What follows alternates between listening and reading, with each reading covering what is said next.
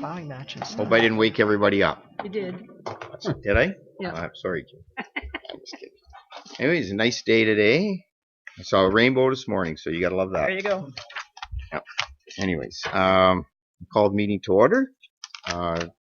Any disclosure, any pecuniary interest? Jeff?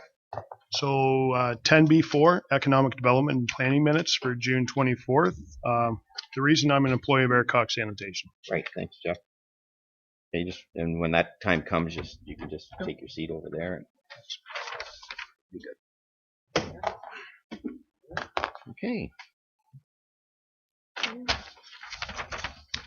Moved by Councillor Gunson, second by Councillor Elliott, that the previous minutes of the June 18th, 2019 council meeting are approved. All in favor? All right.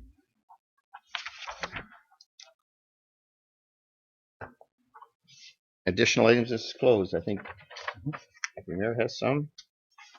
1, 2. Anybody else? Good. Mark? Yes, me, sorry. Judy? Ron? Okay. Anybody else has something, let me know. Okay. Moved by Councillor McKenzie, second by Councillor Dirksen. The Town of Minto Council convenes a committee of the whole. All in favor? Great. And the public meeting will be at 5, so that's the next thing up. And we have a delegation. And Brian, would you please come up? And we don't know what you want to tell us, but yeah, no problem. Pretty brave. Just make sure that mic's on, Brian, because we want all your public to hear you. Right. Good afternoon, Mr. Mayor, Deputy Mayor, members of council and staff. My name is Brian Baldwin and I live at 209 John Street South. For the past 8 years I have been on the executive for the Harriston Seniors 55 Plus Club, and I'm here today to say a thank you for all the assistance and help that we've had for that train station. When I first took over, it was not in the best of shape. It is very, very much improved now, and I wanted to take this opportunity to thank the town and staff who have helped me graduate, should I say. I was never a speaker before I came to Harriston, and so that has been brought out in me, and running meetings for the seniors, it made a big difference. But I would like to take this opportunity to say thank you very much. As many of you know, we are moving towards the end of this month, and so I have stepped down from the executive. Last year I was the president. I stepped down then, and then I was treasurer up until June, and I stepped down then. So I've relinquished all my positions. Oh, thank you, Brian. Okay. And just before you go, is anybody else I want to say anything? I certainly want to thank you very much on behalf of the council. I remember those days when, and Al, you'll remember them well too. Mm-hmm. You know, the club was going through a bit of a difficult time, and you know there was some dissension. And Brian, you came in, and we kind of changed the world a little bit about how we ran the facility, and I think it's been a great success. And every time I go in there, I think of all the hard work that people put in all those years, and to keep a piece of our history like that, yes, still in there, totally amazing. And I know Councillor McKenzie, your dad had quite a few things in there over the years, and pictures, and keeping the history of the station alive at the same time, using it as a nice facility that it has now for the seniors and other groups that use it. That's right. The Horticulture Society and other people that use the facility. And thank you for all your hard work. And as I said many times before from this spot here, we cannot survive in the town of Minto without our volunteers. Our volunteers make us what we are today, and how we can keep playing above our weight in all the things we do as far as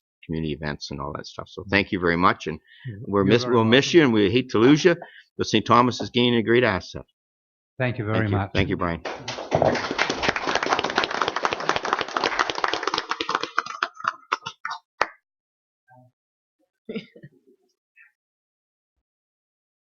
Public question period. Public question. I'll say it twice. Public question period. Auctioneer. Correspondence. I have one piece here. What did I do with it? Yeah.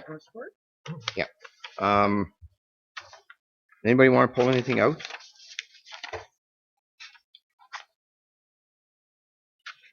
I just have the one thing from the Palmerston Agriculture Society that they'll be running a passport program, and they wondered if we want to participate.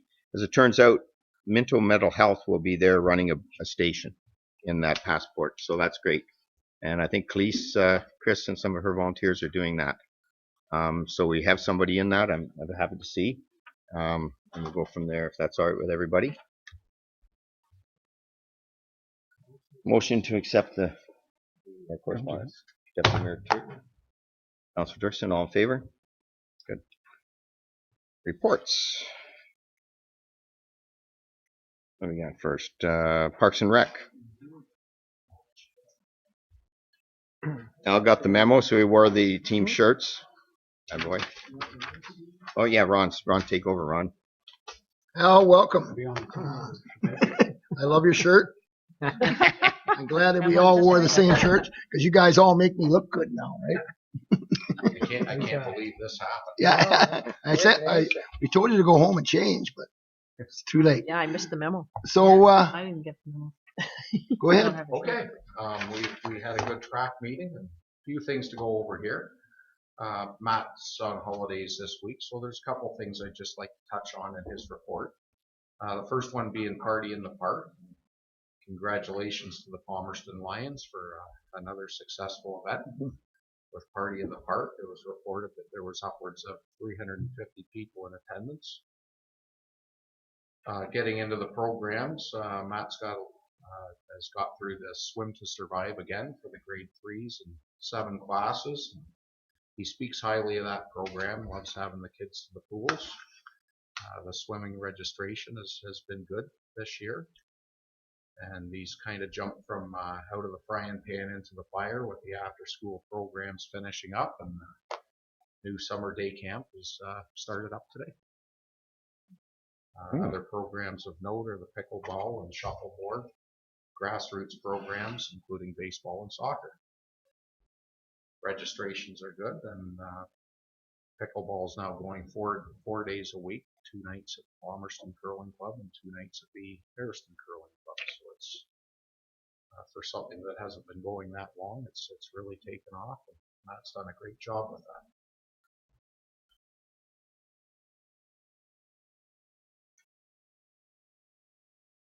Okay, we did speak about, there was a delegation came to Prac just to speak about the possibility or looking into putting the Jeff Davies name on the Harrison Ball Diamond. And Brooke is going to take this back, but the Prac did speak about maybe looking into replacing one of the signs as opposed to going through a naming, the naming process.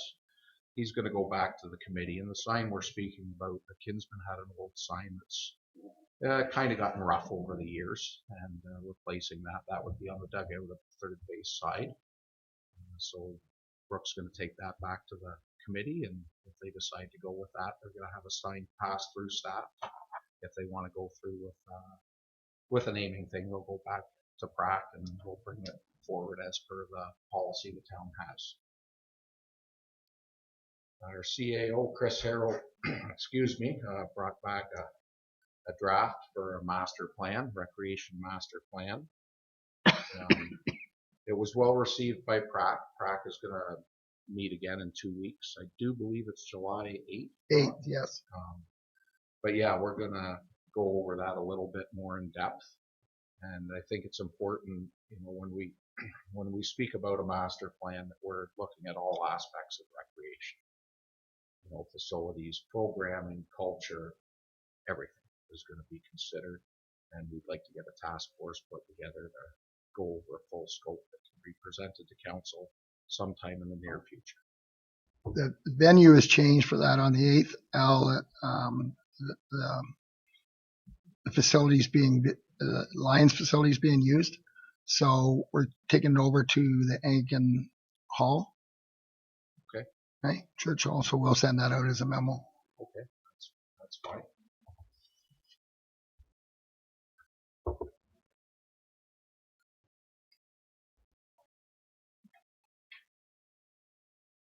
Just to touch on a few of the events that have taken place at our facilities and parks in the last little while. We've mentioned Party in the Parks. We've had a couple of ball tournaments already. Our ball diamonds are being used quite well. We're upwards of 20 games a week. We believe it's 23 games a week on norm over the 5 ball diamonds we have. So they're getting used well. We had the first ever Clifford Street party this year, and Belinda worked real hard on that. There was lots of programs. Everything seemed to be well attended, and it was a real vibrant weekend up in the Clifford community. The hospital gala took place late May in Palmerston. The firefighters did their breakfast at Harriston, a Safe Kids Day, and the Touch a Truck event, of course. And the Garden Festival was held in conjunction with the firefighters' breakfast in Harriston. That's always a busy day. We've had a couple of weddings and buck and does, blood donor clinics. The Splash Pad Bash, of course, is always a big day. Triad Sports and PA Day activities, and ball hockey, pickleball, and some other smaller events. So it's been a really busy late May and June for us. Just touching on some of the work that's been done in the facilities, our TSSA inspector was in, and we've got the work in Clifford is complete. We're in compliance, and it's listed in the report. We budgeted for some new skating aids to be bought for the arenas this year, and they've been purchased, and the people, Greg and Grace, have worked very hard. They've made some calls. They've got a lot of sponsors for the skating aids, so the cost of these skating aids is pretty much covered through sponsorships in the town, which is great for them.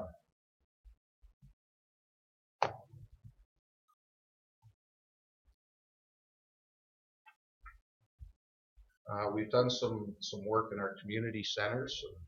We've replaced the ceiling tiles and put new speakers in and new lights. They're energy efficient. We should be getting upwards of around $10,000 in grant money for these projects, and they're really quite nice. They're energy efficient. They're dimmable, programmable, so they can be convenient for all events.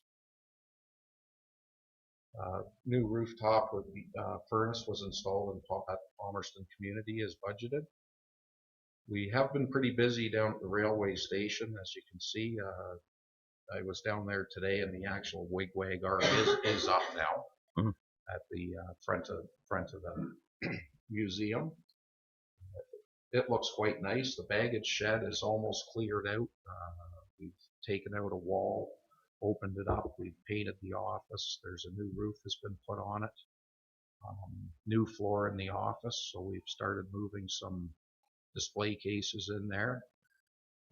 In the back part of the room, like I say, it's been opened up. We do have an old hand car in there. We're looking at moving in the jigger and a wagon, so hopefully in the next few weeks we can get that baggage room open for displays, for tours, for people coming through. There's been some people that have done a little bit of community work for us, and I want council to be aware that the help students have been in, and again, they've helped us in weeding playgrounds, and they've done some work over at Mill Street Park weeding, and done some wood chips. They painted the outside washroom facilities at the Harriston Ball Diamond, and kids have been great, and they've done a good job. I shouldn't call them kids. No. Young adults. Young adults. They've been just excellent, and it's a great program. And I also want to make note of the Palmerston Lions and Clifford Rotary / Homecoming for their donations for playground expansions in the we'll call it the Clifford Rotary Park by the John Hobelman Pavilion, as well as Heritage Park, as those groups have pretty much funded those additions. We did have a little bit of a problem down at the Clifford concession, the new concession. We found out in the spring that when they were in there excavating, they kind of squished a drainage tile on us, so it's fixed and it's operational now. And just so council's aware that we are putting a small privacy fence up in that area, and the timer for the lights just help ease the burden of our neighbors. A little while ago, myself and Mayor Bridge were fortunate enough to be invited out to a Kinsman meeting, and we discussed through the budget process that we may, they may be looking at spending some money on a splash pad. There's been no decision made at this point. We're going to monitor numbers that are being used down at the Palmerston. Get back, speak to them in the spring. They're going to think about it over their summer months, and we're going to go back in the fall and have a little bit more information. And we'll see if we want to proceed with that project or if they're interested in helping us out, maybe in a different area. Is there anything you'd like to elaborate on that? No, that's good. It was a great meeting, and to have an opportunity to have a discussion. And as I said before, having the volunteer groups like the Kinsman and the Lions and the Rotary and all the ones that we have out there, they've squirreled away some money. I guess their biggest concern was if they didn't want to necessarily invest it, if we're going to need to spend it. So we said, no, go ahead and invest it, and we'll figure it out as we go forward. So they've invested it in a GIC or something for a little shorter time so they could get more interest. So yeah, but they've gathered up quite a few funds already, and looking forward to putting it to a project. The other thing I just wanted to bring up is we did look at a concession booth agreement. Matt and Greg have had somebody approach them when I was on holidays, and there's an interest of somebody taking over our concession booths in the arena. We did present a mock agreement at the BRAC meeting, and we're going to contact these individuals and just go over things. Included in the agreement are such things as hours of operation, insurance, meeting requirements from the health department. So we feel we've got it covered pretty well. It's something we've looked into and had experience with the past, but it would also be something we'd be interested in handing over to somebody who's interested in running the booth for us.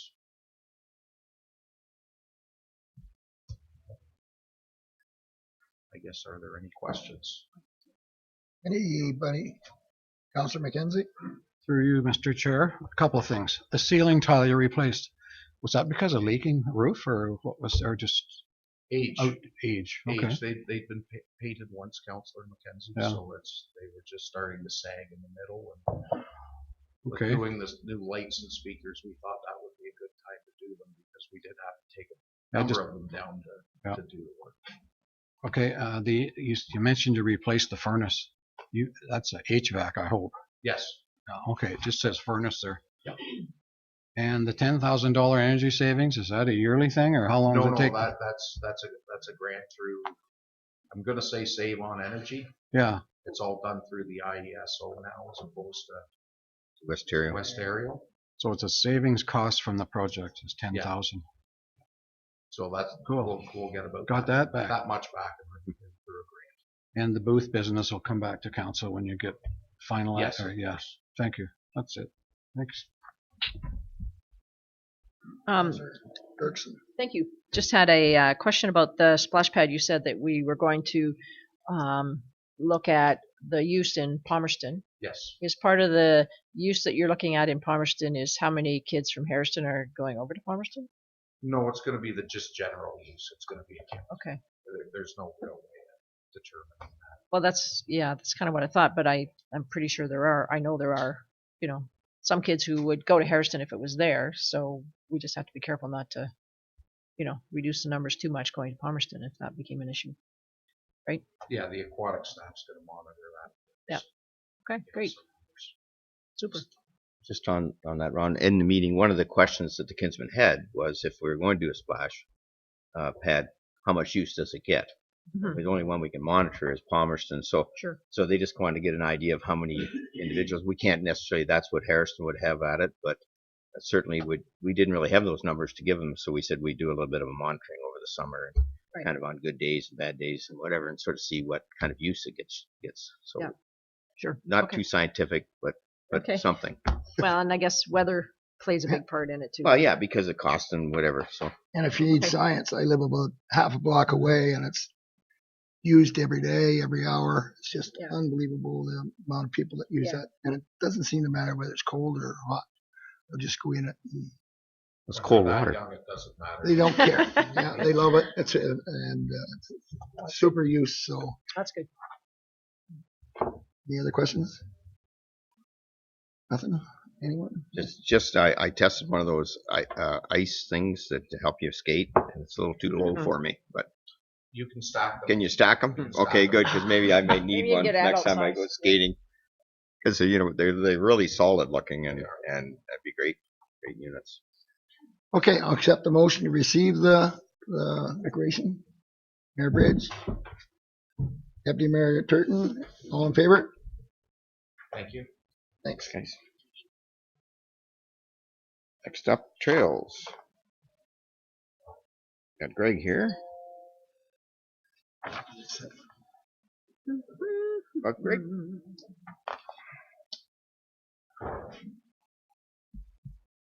So I'm reporting on 2 sets of minutes, one from April 8th and the other from June 19th.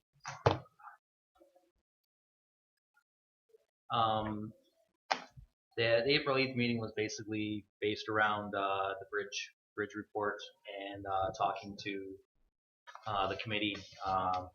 CA O'Hara attended and just explained the bridge and the insurance and how that was all working and how it would the money coming back to the town from that. That was well received by the committee from previous meetings. That was one of the things that the committee wanted to that wasn't a boot. to look into the different options. So they were happy with the council decision. Also with that, we're in the second year of our 3-year plan for the trails. We concentrated mostly on the capital projects in Palmerston last year. We're concentrating on Clifford this year. So Vic and a couple of the former members presented some ideas to us about what they would like to see the money spent on, and it was kind of decided that the money would be best used on the old railway trail behind Ann Street. So we're in the process of getting that done, as well as Park Street extension, which is in need of just some fill and just some man hours. So limited capital expense there, just mainly labor. We spoke about the trails opening. So we decided to do the trails opening with the Clifford street day and all that. Vic was doing a 5K run, so we decided that would be the best use of the opening. We also decided that in 2019 we were going to keep an ongoing record of all the volunteer hours put into the trails and staff hours, just to see, how much it does actually take to run the trails. And we're also trying to find different ways to track usage. It's a tough thing because it's such a big area and kilometers of trails. But anytime that's the staff is out and they see people, anytime that's there's a couple staff and a couple of people we know that report back that they're being used, and just from the ongoing people calling in about little maintenance requests and stuff like that. So that shows that the usage and that people care about the trails. So it's a good sign, and like we said, we're in the second year of the 3-year. We're going to concentrate on Harrison next year. So once we get all the Clifford stuff done. So the June 19th meeting, we did a Harrison Trails update. The Kelp class was just finishing up their Earthkeepers program that's based out of Conservation Park and Harrison Arena Pavilion. So Matt and myself have worked closely with Paul Frayne on some stuff. And as Hal reported in the prac minutes, the Kelp class has been involved in various projects down there. They've taken an ownership of it. They like they really like it there. The difference between there and Camp Wyoka is this is part of the community, so they really like to see themselves in the community now. They're kind of on the outside. Any of the projects they did were kind of out of town, so that's one of the benefits of them having them in class at the arena there.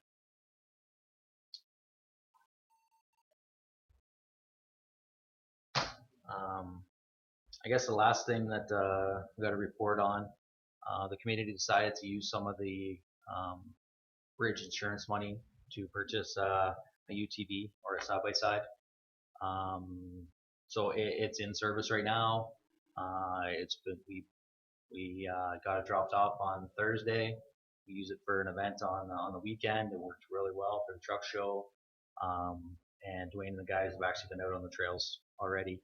It's just one of those things that's going to allow us to inspect the trails easier and more efficiently than driving a F-250 down the trails or walking some of the trails that the truck didn't fit down.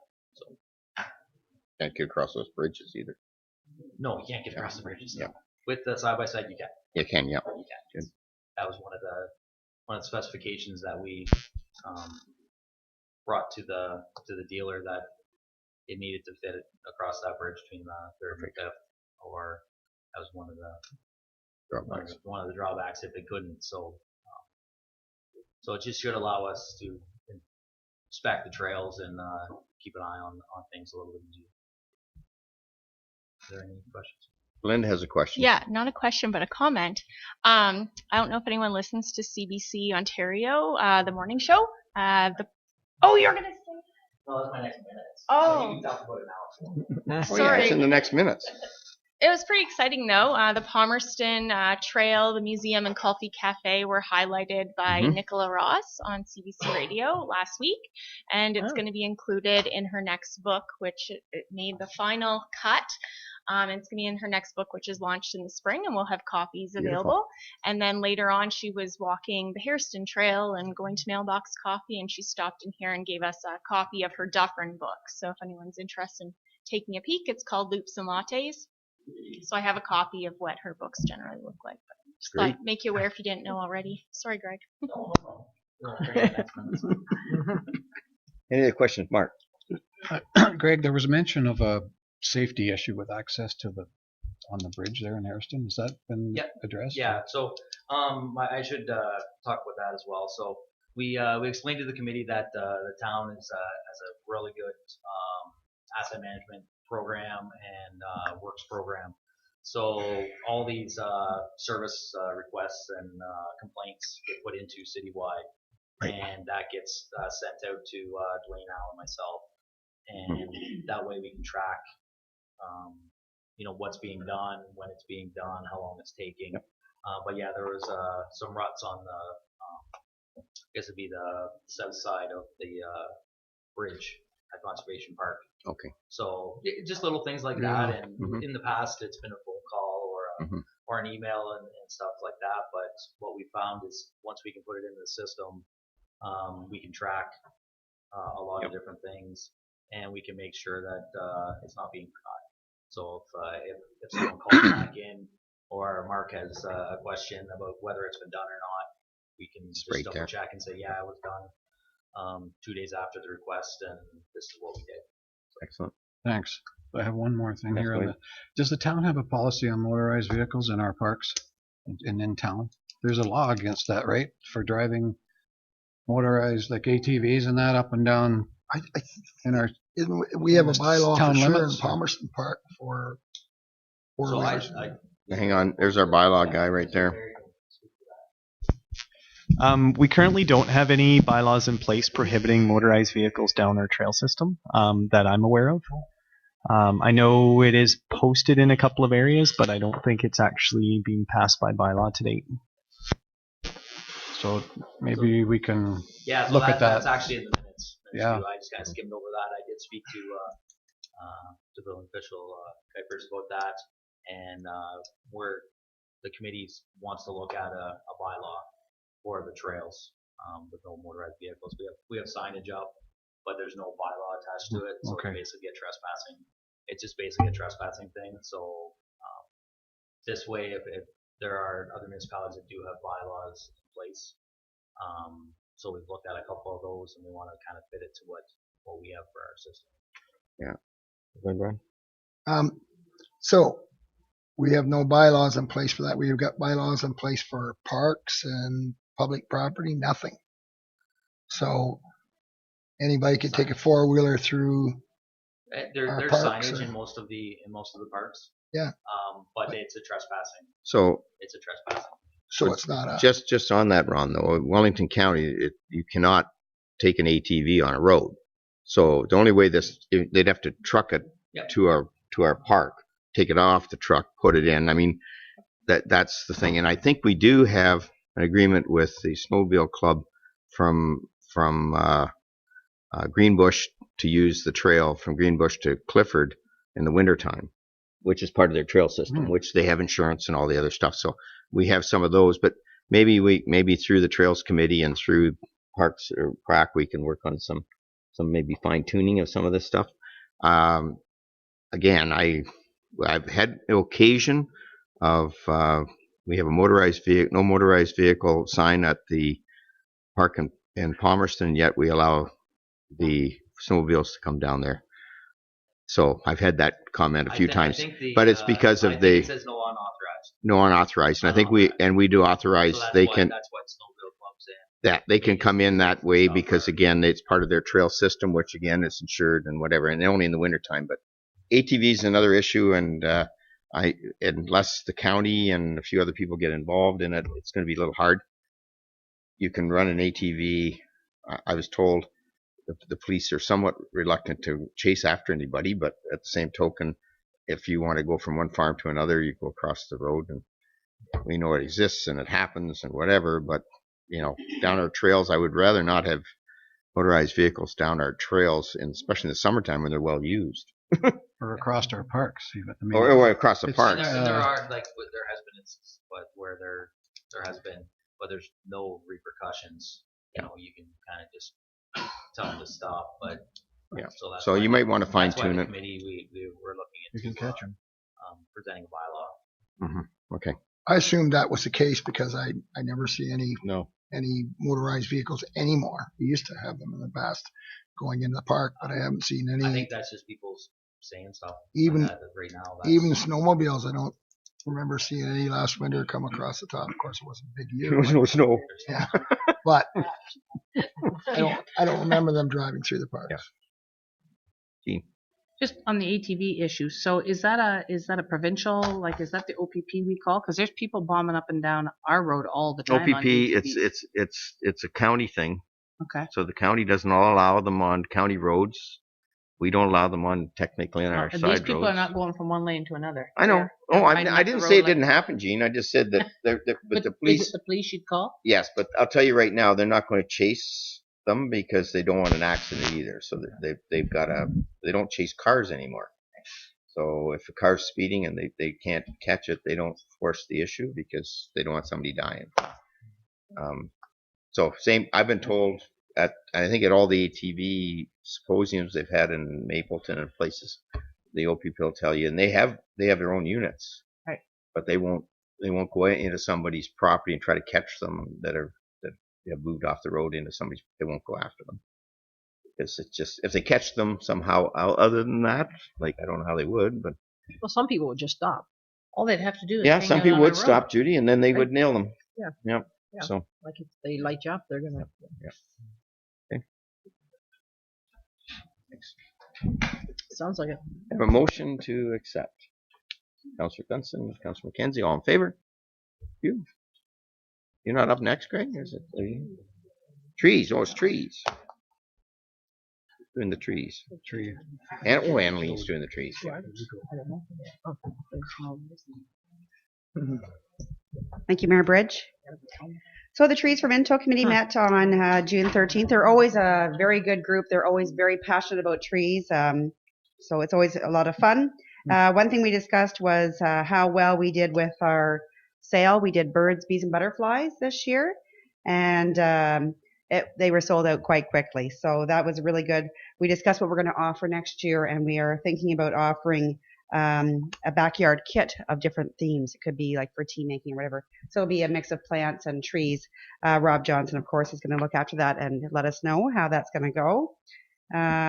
We did an update on our hazelnut tree plots. So we have 3 tree plots of hazelnuts, and they're not doing so well. So I have spoken to Rob, and he is looking into talking to the people that sold that to us, and hopefully we'll have more information on that at our next meeting. The Maitland Valley Conservation Authority had given us some funds for a signage grant in order to do signage for different types of trees in the town of Minto. The committee discussed it and would like to partner up with the Minto Trails Committee and have these funds put signs up around the trees in Minto. So we will be meeting hopefully with the Trails Committee on regards to that. Is there any questions? Which one is that? Any questions? Yeah, we can. Not right yet, but no questions. Perfect. It's too bad about the hazelnuts. I know that It was really is too bad. I mean, but it's a learning nature. experience for everyone, and I guess they were really quite small, the ones that we got. So hopefully we'll get some replacement trees for them. If somebody move, Councilor Dirksen, Councilor Anderson, all in favor? Economic development.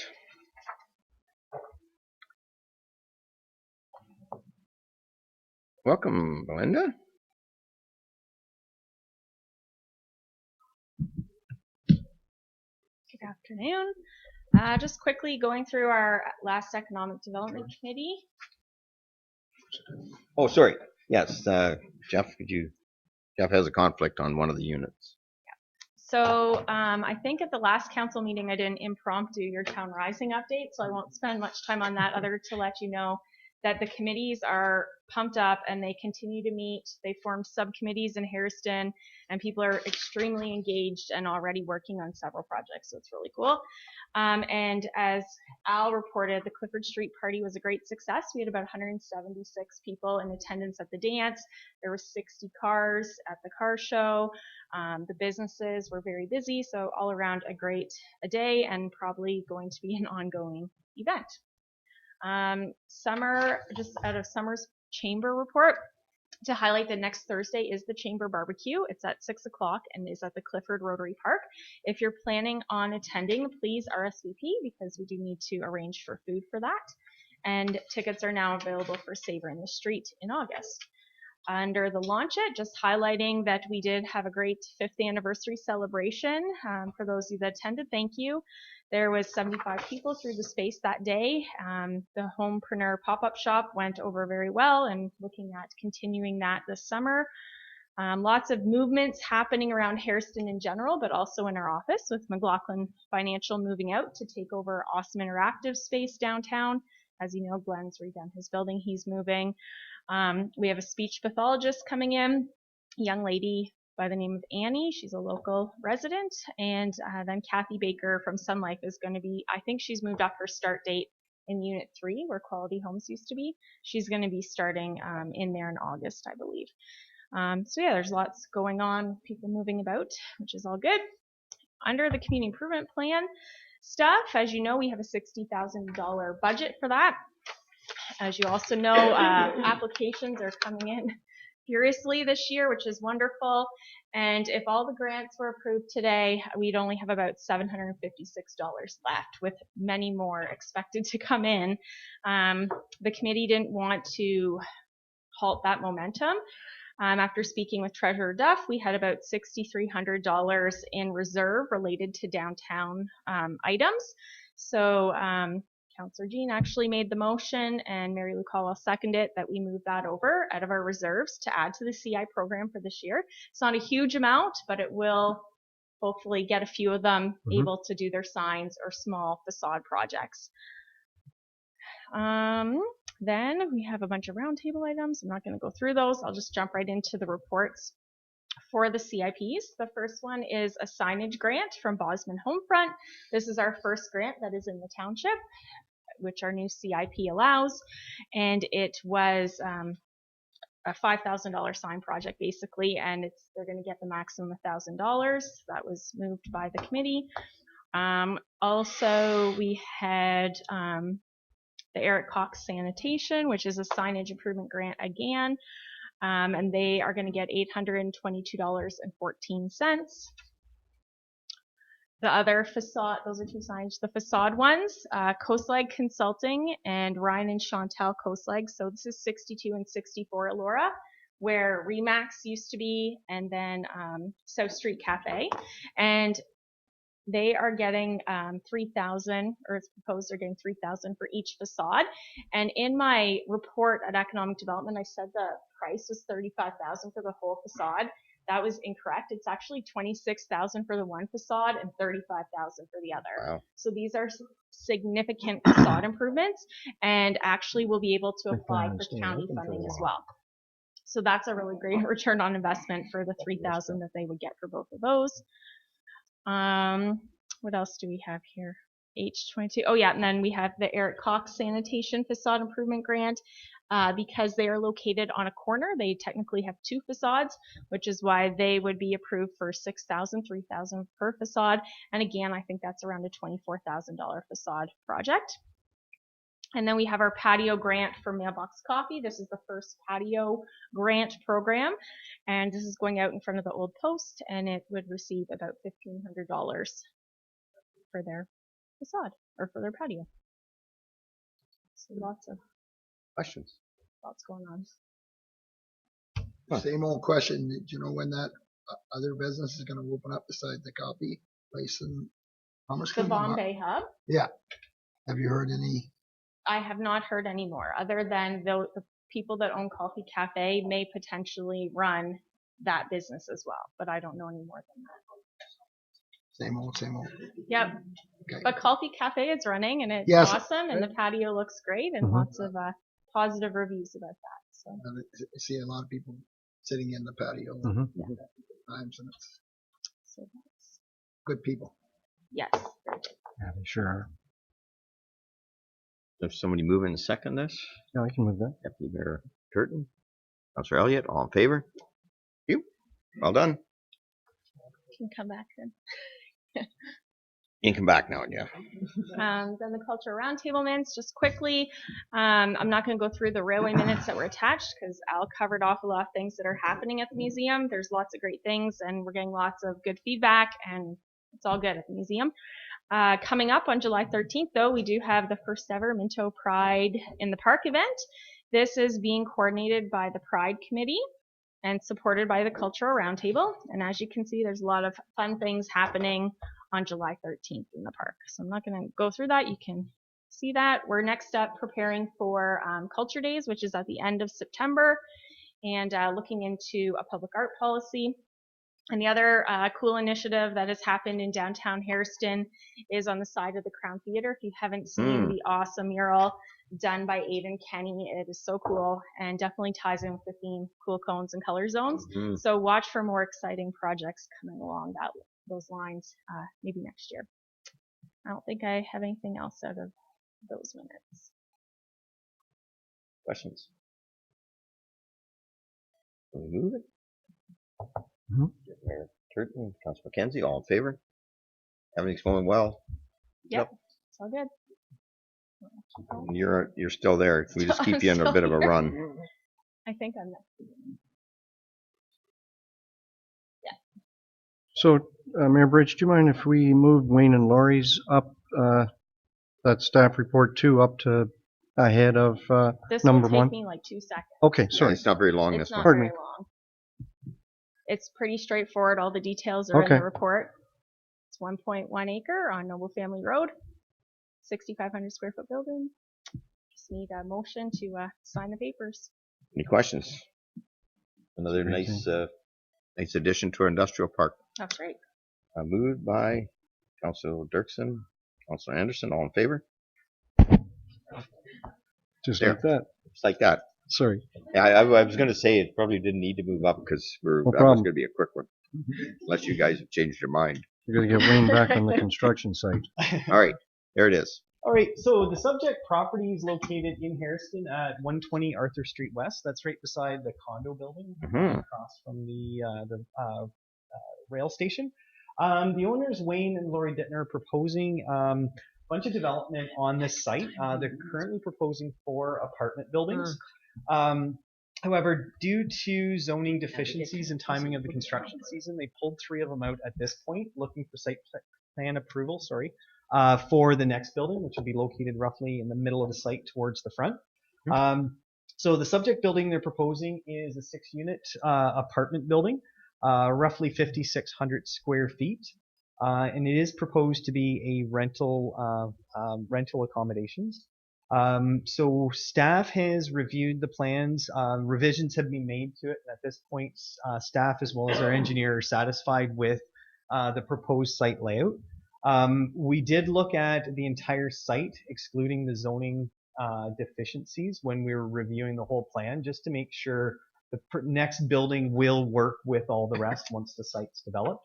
So Wayne, while he's constructing this building, will be coming forward for a zone amendment application to address just some exterior side yard setbacks to the Livingston Street and possibly some natural environment setbacks to the rear. So I don't think I have anything more to add. If there's any questions? Questions? Thank you, Mayor Bridge. So you're okay with going ahead and getting started? Yes. Yep. Absolutely. Good. And I just like to make a comment, Wayne, and thanks for doing this. This is the type of buildings we need in Hairston, the rental accommodation, and we'll work with you to get the rest of it. I sat in some of the meetings, and I know there's fairly complex in some of the little things we have to do to get the other one done, but I think we all feel comfortable that we're going to get there and get you started on this one. I thank you for your investment in the town. Perfect. So my recommendation is to receive my report for information and consider a bylaw in regular session. Okay. Moved by Judy and Jean. All in favor? Perfect. Thank you. Good. So I have one more up on the docket. Yep. So the next report that I have is for a proposed lot line adjustment in Tuffy McDougall Court. This has to be the smallest one I have come across. It roughly has a frontage of 0.61 meters or 2 feet, and then tapers off to nothing at the rear. The reason for this lot line amendment, there was a little bit of mix-up during the construction of the driveway of the residents on lot number 7. So the driveway actually encroaches onto the adjacent lot number 6. So this is just to fix up that little construction error. So county has reviewed it. No one had any concerns. The only condition that we would like is just our standard financial or otherwise condition. Thanks, Mayor Bridge. So Terry, we're moving the lot line to accommodate the construction error. Yes. Driveway, or is it the building, or what? It's just the driveway itself. Just the driveway. If you zoom into the picture on the right-hand side, you'll see a dashed line through it. So nothing to do with the building itself, just the driveway. Amazing. I'll move that. Boy, that's Moved by disappointing. Deputy Burton, second by Councillor Gutson. All in favor? Yep. Awesome. Sorry, Judy, Thank do you you. have a comment? I just said that's disappointing. Yeah, it is. Yes. 'Cause Oh my you'd hate goodness. to know what that cost. Okay. I'll turn it over to Deputy Mayor. Thank you, Mayor Bridge. We've got a couple items in the Treasury today, and the first one's going to be a verbal report by our treasurer, Gord Duff. All right. Thanks, Chair Turton. So we're going to bring back our tax rating bylaw that we just did in May. The reason for this is that when the county was entering the final rates into Opta, which is a provincial, clearinghouse or that for all the tax rates and the calculations, in the interim, the approval of the vacant land and the excess land change had a change on the education rates on the commercial and the industrial. Now we did ours in May, so that was after it looked like the vacant land was going to go through. County had approved it. So when we calculated our rates, we already had that in there. So this is not going to change our rates. But because the tax bylaw is one of the most important that we do, we figured it was cleaner just to repeal this one and put in a new one too. So it has minor changes, mostly to commercial and industrial, and on the education component. So I guess in the interim between when we passed ours, the final regulations were passed, and had some minor changes. So virtually all the municipalities in Wellington have to do the same thing. Yeah, and it doesn't bother us too much because we don't issue our tax bills till August, so have this done in time. Any questions to our treasurer on this?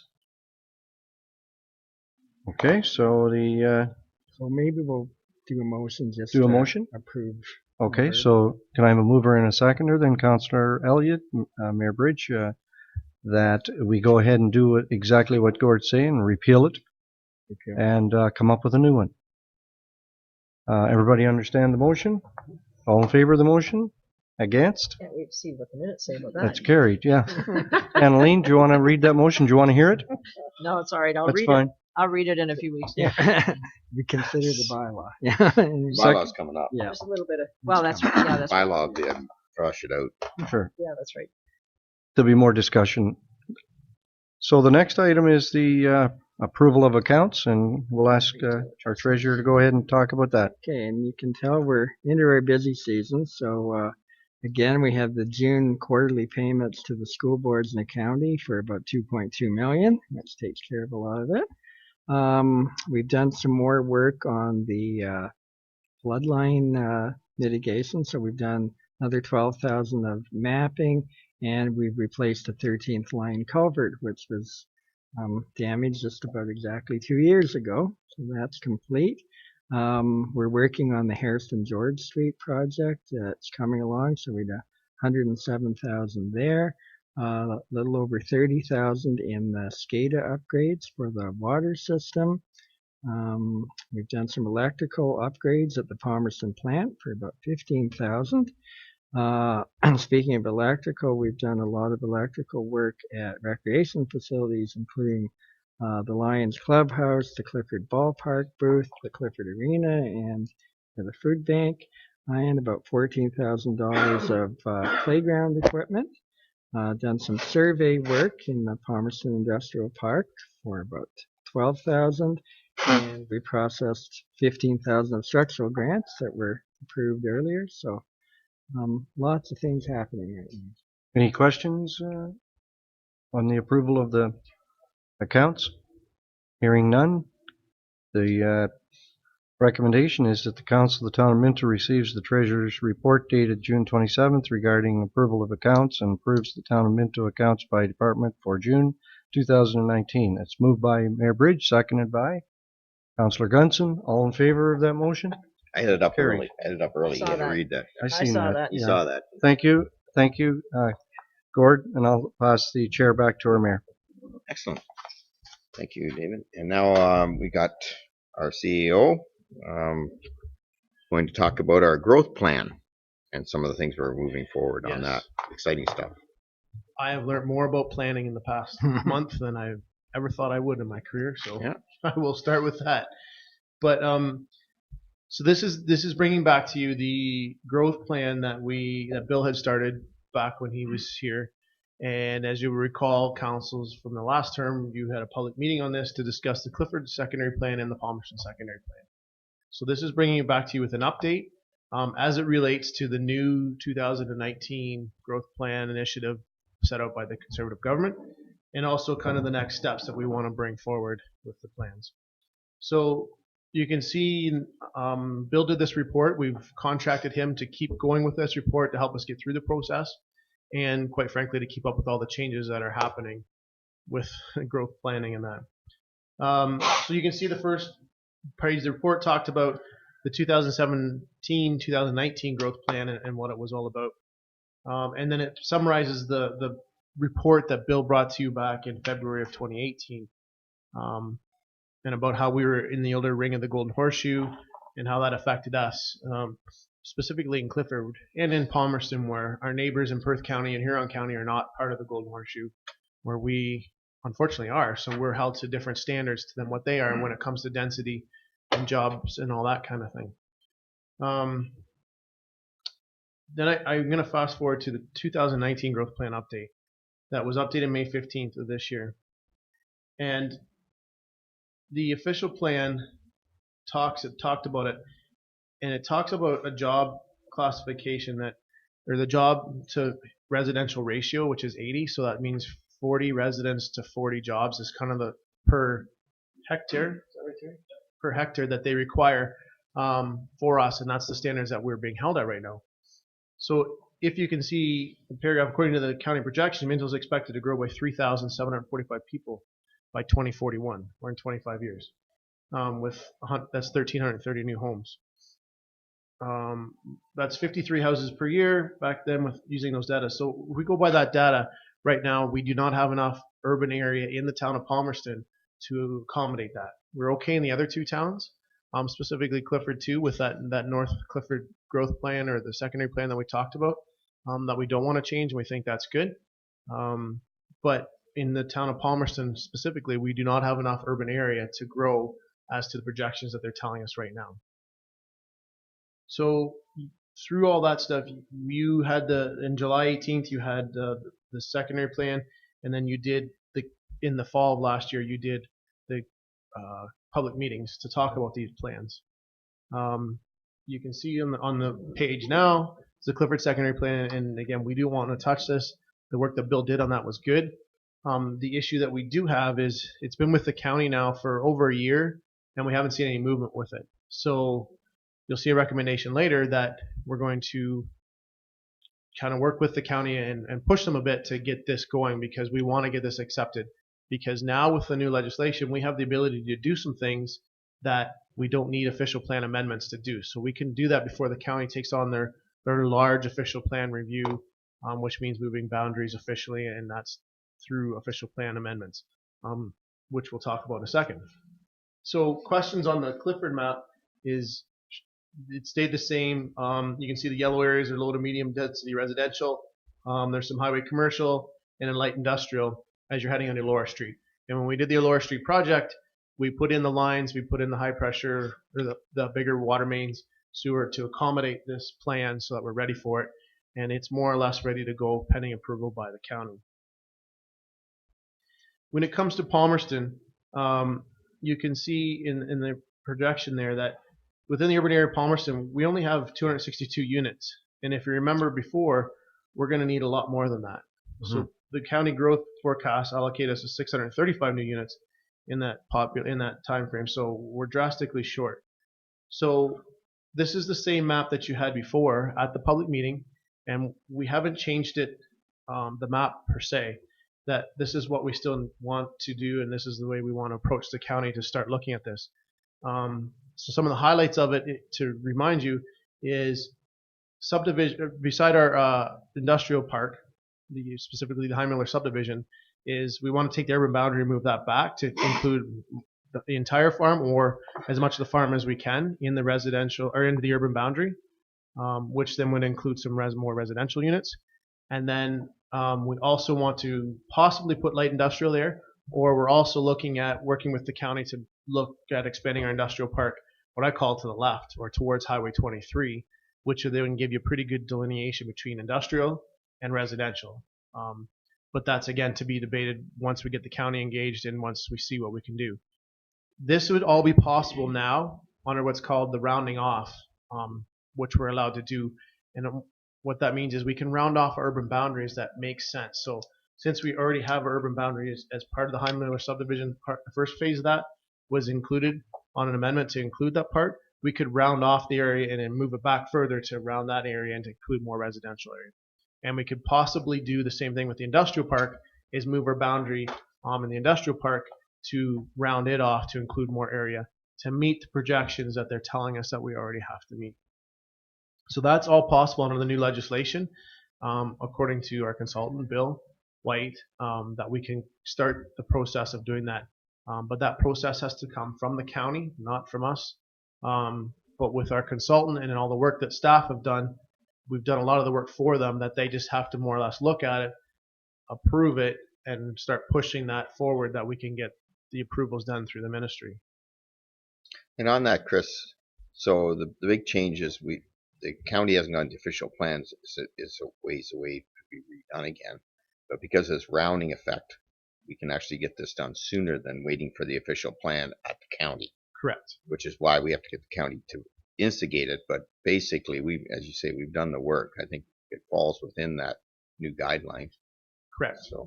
So they request us to come from the county as the upper tier to the province to get that boundary and everything else we want to do. But we need the county to get this done and to look at it. So you can see that in the paragraph, I'm not going to talk, the Clifford secondary plan is we're happy with that. You can see in Bill's thing, and I'll read a bit of it. The second key change to the 2019 growth plan is the upper tiers, well, it's included, was the rural focus can set its own intensification targets. So that's where we'd work with them to set our targets with them to what we want to hit. But we know right now with the county saying that the 80 residents and jobs combined, which is 40 residents and 40 jobs, we don't have enough to even come close to meeting that. So we can work with them to do that. And also, it talks about the new sections in there, and it talks about how we're able to move our boundaries with an expansion that's less than 40 hectares, which is 100 acres. So we're confident that taking specifically the Heimler lands plus some industrial park lands, included that 100 acres, that we could apply for this rounding off and get that done without having to go through the whole technical consulting engineering of the official plan amendments, which are going to start in 2020 at the county. Right. And then other initiatives in the 2019 growth plan is to manage the densities we talked about, the minor boundary expansions. The planning greenfield expansions is in Palmerston will be informed by a watershed plan. So that's more planning stuff that I'm learning about, and that we have Bill on consulting to do for us. And the suggestion actions that we would like to do is more or less, with council accepting this proposal today and this plan, is push the county to request that they come up for a meeting first of all to get this going, and work with the planning division in the county and whoever else we need to say we're ready, more or less, we want this done, and council is pushing us to say yes, get this done because we need it done sooner rather than later to keep going with the growth that we're seeing in Minto, which you see every month when Terry does his statistics, how fast we are growing and how fast we can keep accommodating this growth. The other thing I'll point out is in the recommendations that we want to do is with the old dump where it is, and the expansion of the urban boundary that we had talked about in that plan, where the expansion would go not only back in the Heimler lands but going to the right towards the old dump. You have to do a study because that's an old dump to shorten the setback. So right now the setback is 500 meters from the edge of the dump out that you can't start building anything on. And so we want to request the county to start doing studies, so checking water runoff, and I believe it's for 2 years, right, Terry? For 2 years to start that process now, so we're not wasting any time, so that we can maybe apply to have that setback shortened, that any of the lands that are in that could be included in our whole design of the secondary plan. So right now, if it stays there, that takes up a significant chunk of that area of Palmerston that we can't build on because of the old dump site. So that's one of the other recommendations, is we request the county to start the studies now to be able to apply for a diminishing of that setback. The other recommendations that we want to do is securing the final approval of the Heimler second phase boundary expansion. So we can get that moved back so that we can get the draft subdivision approval and work with the landowner on that. Proceed with the Clifford secondary plan as established and no changes made so that we can get that adopted and approved. And as I said, pursue that 100-acre rounding off of our industrial park and residential area in Palmerston. Any questions before I talk about the recommendation? Elliot, and then talking about the landfill, 30 years it's been closed or more. Long time. Yeah, a long time.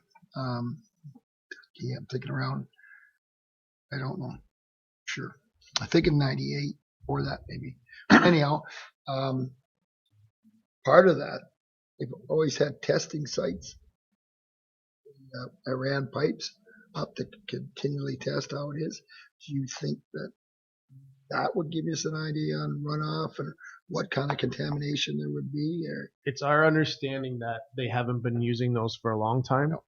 That they did the testing for so many years after it was closed, but they haven't been monitoring those pipes or anything for the past few years. They've kind of stopped that. So we'd have to start the process a retest. now and do it for 2 years consecutively, so we can get that setback diminished.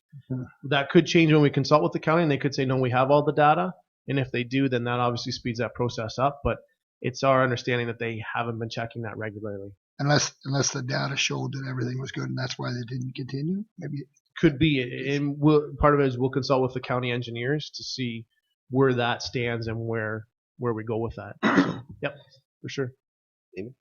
Yeah, thank you, Mayor. So, with the help of the county, we're looking at expanding our urban boundary out to the red.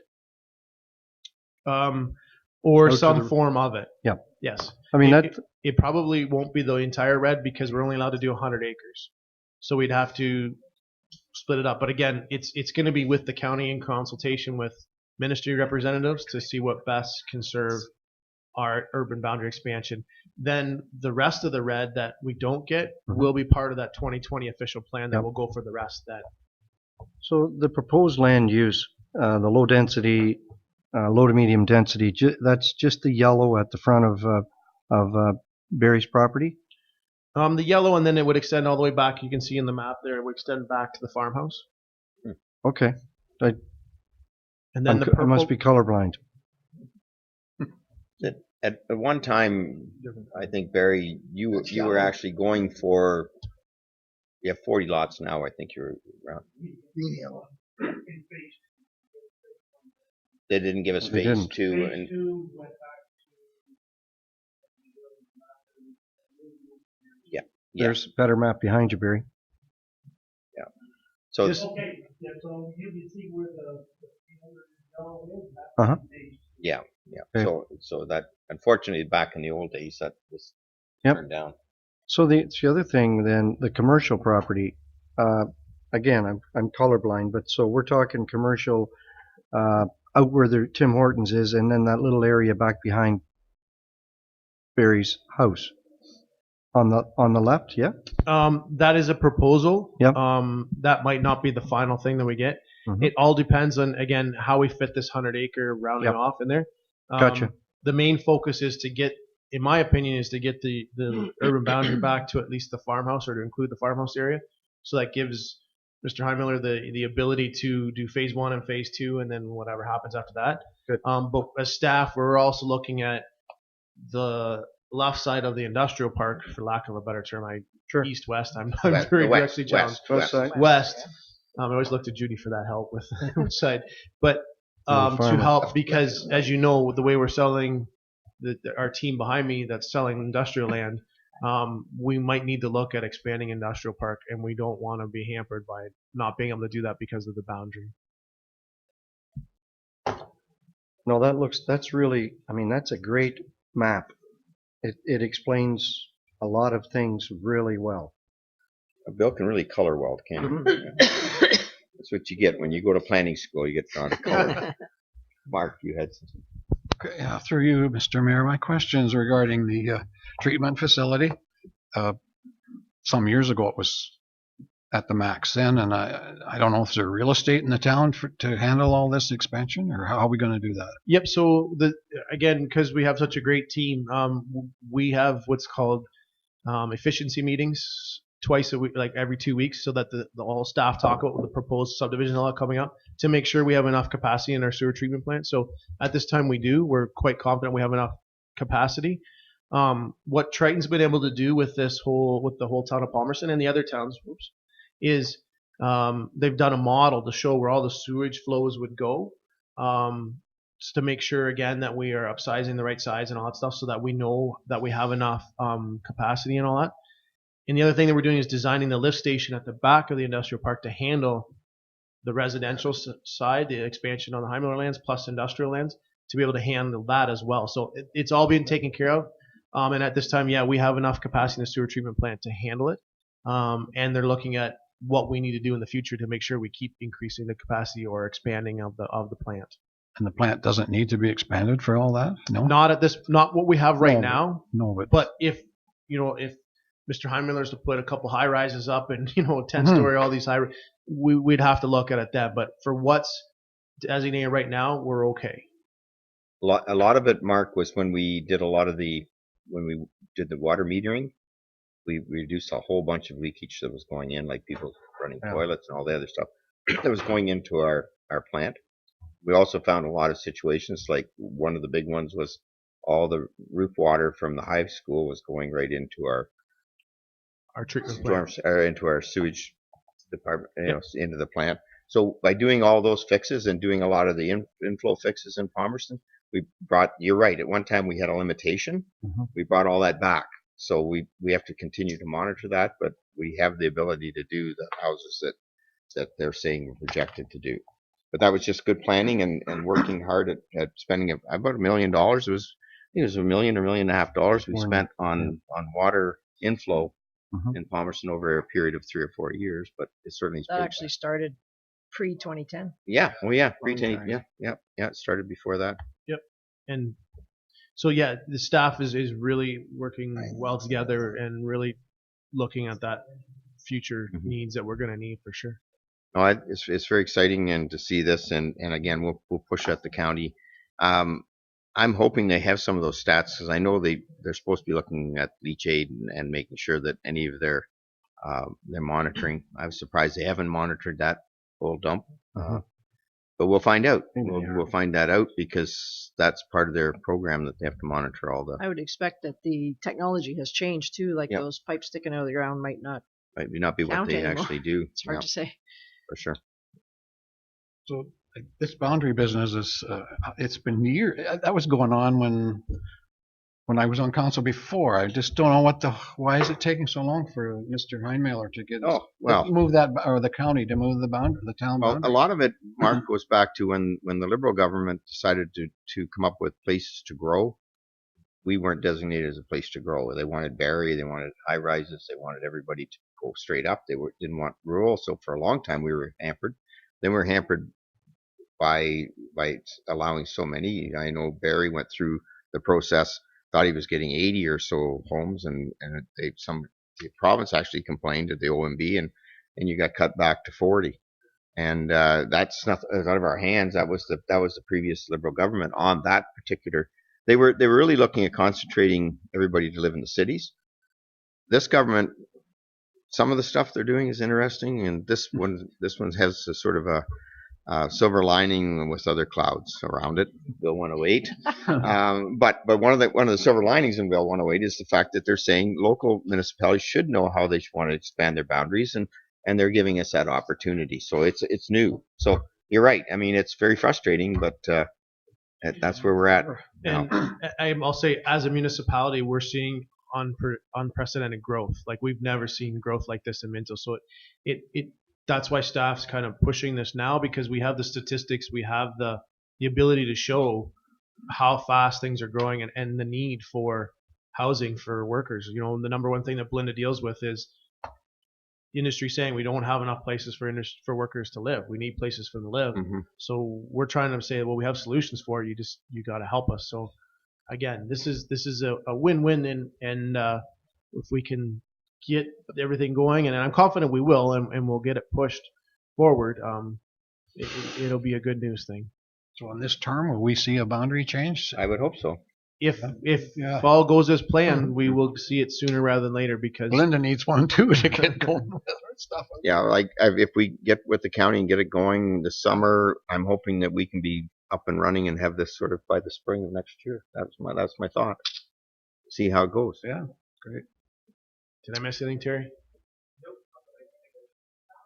Nope. Yeah. No, Yeah, next no. to become a planner. I am not. Anyways. No, new. So I have a can't color inside the Can I lines. have I'm a sorry. motion to accept the We can report? help you with that. There's graphic programs Councilor that'll do that McKenzie, for you. Deputy Mayor Turton, all in favor? Good, thank you. Other business as disclosed. Thanks for coming, Barry. My pleasure. See you, Barry. Again. Okay, Dave. Yes, thank you. You're up. Last Thursday, I had the myself. I think it was just myself that from council that went to the 30th anniversary at the Royal Terrace.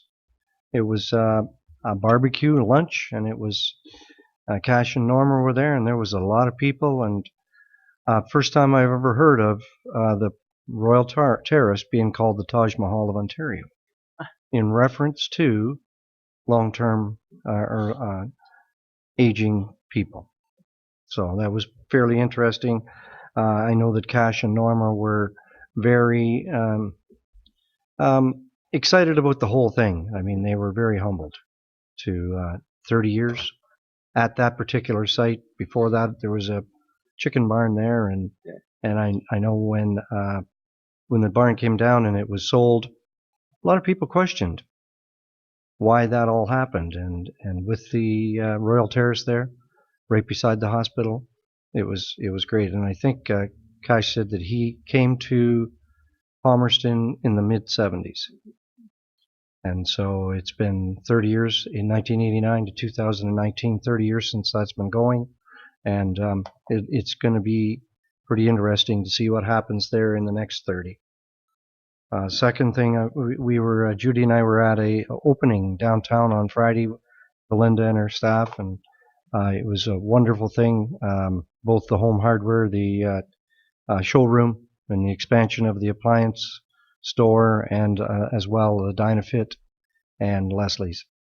So the Leslie's working with the Dynafit, and it's just beautiful to see down there. I mean, that was a big development. When you look at it, it had an effect on 5 different businesses.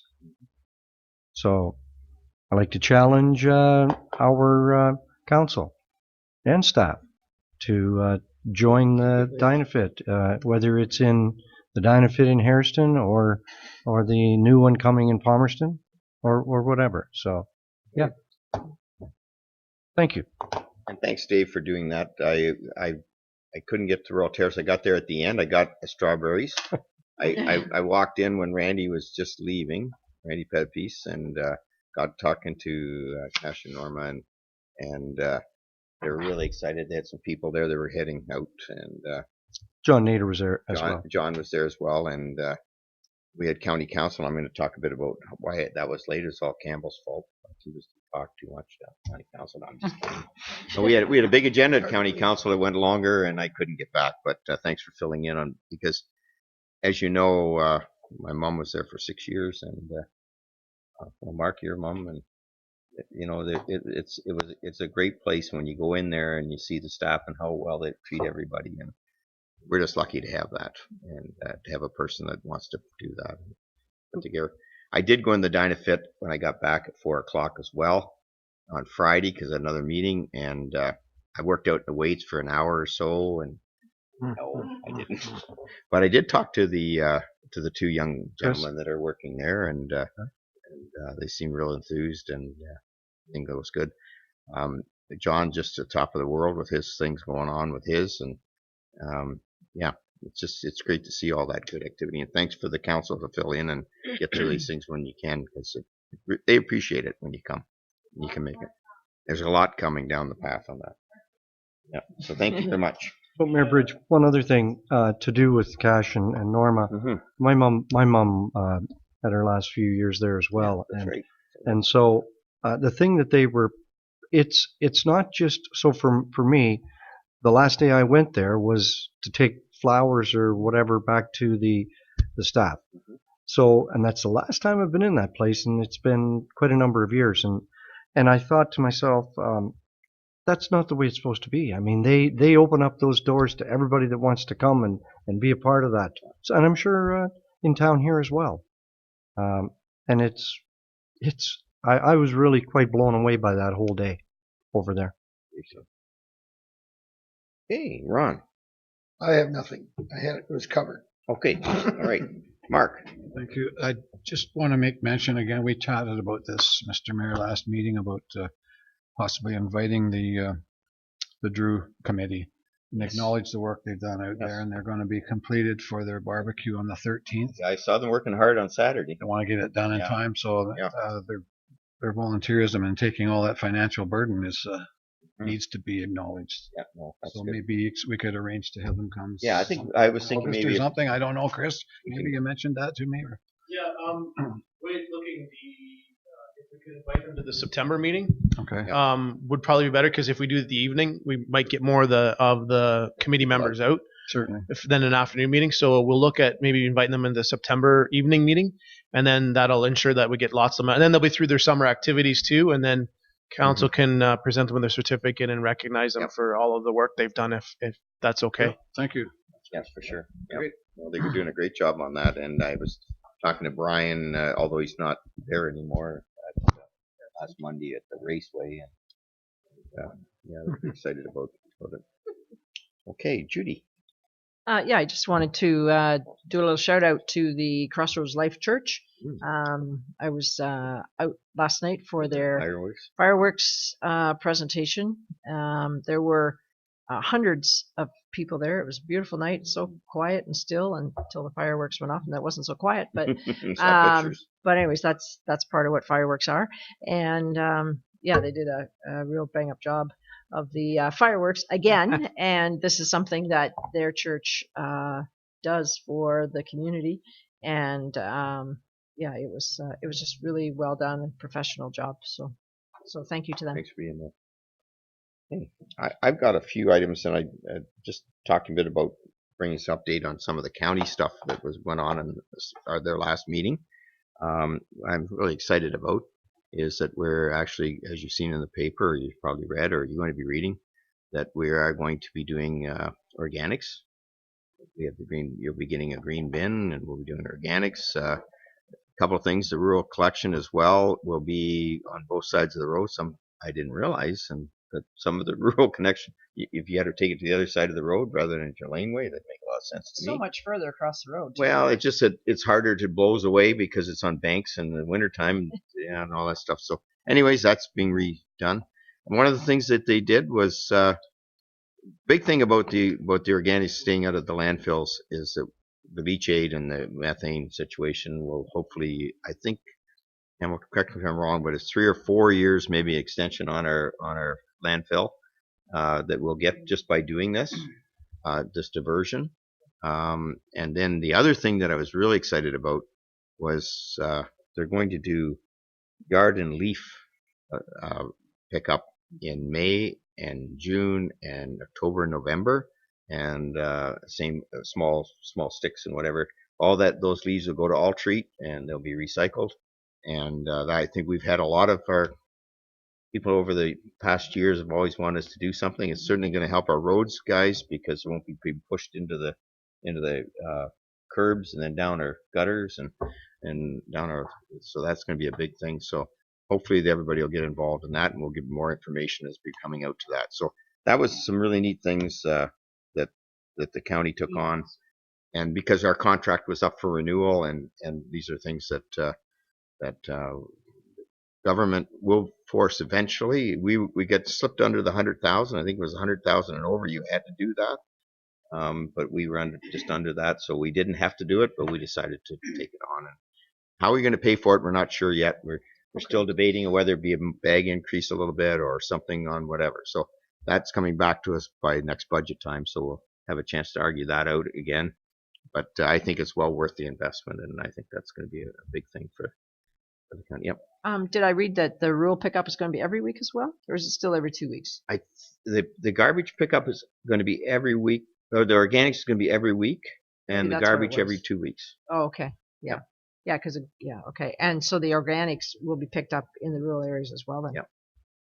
Yeah. And I said, well, composting and that, but there's a lot of things you can't compost though. I didn't realize that go into the bags and they go into the garbage, like the bones and all the other things you can't compost, right? That's right, yeah. So Yeah, I was at one time I thought, well, just compost, but there's things you can't compost. That's right. Yeah.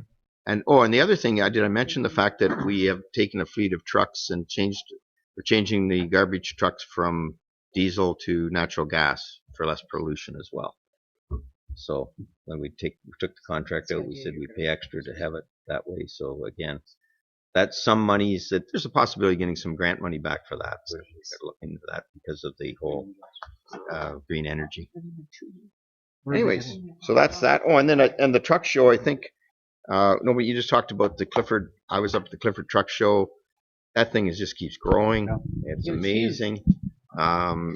Trailers, and they had all kinds of camping out there. Our new piece of property we bought. The Rotary Club is cutting that grass as well as everything else. And I don't know if you realize, but the Rotary Club cuts that park themselves. That isn't a contract that we have, and they do that themselves. They bought a mower years ago, and they cut that whole park. Wow. That doesn't come out of our budget, so I don't know what that would cost us to cut, but it would be a lot. And they've got a great spot out there. The new pavilion is amazing. It's going to be well used. And yeah, we did a lot of breakfasts. A lot of fun. Anyways, that's it for me. Intermission? Intermission? Yeah, we need intermission. We have to be back here at 5. We almost got there. 4:30.